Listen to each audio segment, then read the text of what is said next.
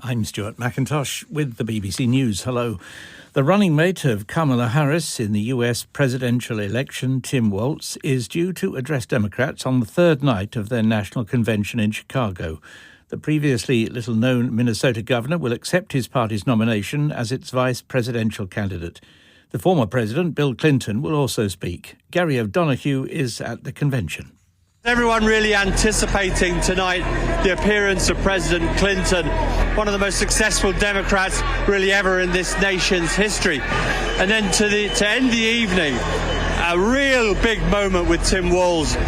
Until recently, basically unknown to most people around the world and in this country, but now Kamala Harris's vice pick for president. Lots of detail about his background, his past, and his credentials to be that other half in the White House. President Biden has stressed the urgent need to reach a Gaza ceasefire and hostage deal during a phone call with the Israeli Prime Minister Benjamin Netanyahu. The White House said they also discussed US efforts to support Israel's defense against what it called all threats from Iran and proxy terrorist groups, including Hamas. A US nuclear-powered aircraft carrier has just arrived in the region. The German Chancellor has defended his country's levels of military aid for Ukraine after allegations of wavering support. Olaf Scholz was speaking on a visit to Moldova, as our Berlin correspondent Jessica Parker reports. Berlin's come under fire this week after reports emerged of a freeze on extra military cash for Kyiv that goes beyond already approved funds. Government sources insist the matter's still under discussion, but the news comes as this year's allocation of more than €7 billion is already set to nearly halve next year as the fractious coalition government seeks savings. Speaking in the Moldovan capital of Chisinau, Chancellor Scholz insisted his country would continue to be Ukraine's biggest supporter in Europe.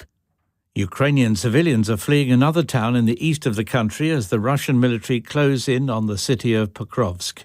The town of Mirnorad has come under increasingly fierce bombardment in recent days. It's only 5 kilometres from Pokrovsk.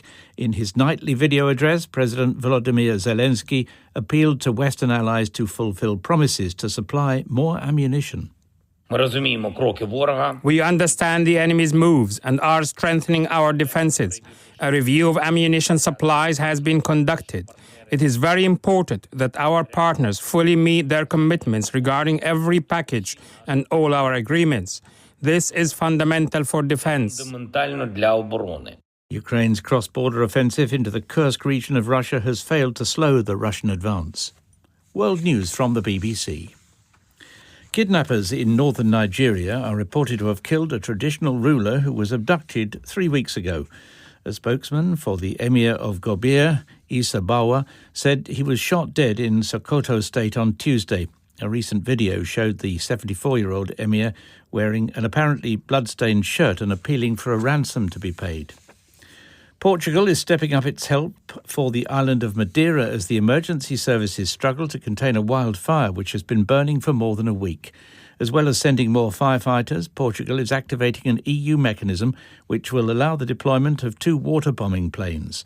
The fire, which began in the south of Madeira, has spread to the central mountain region. 1 person has been killed and 5 others injured in a blast in southwestern Colombia as police were clearing a protest on the Pan America Highway.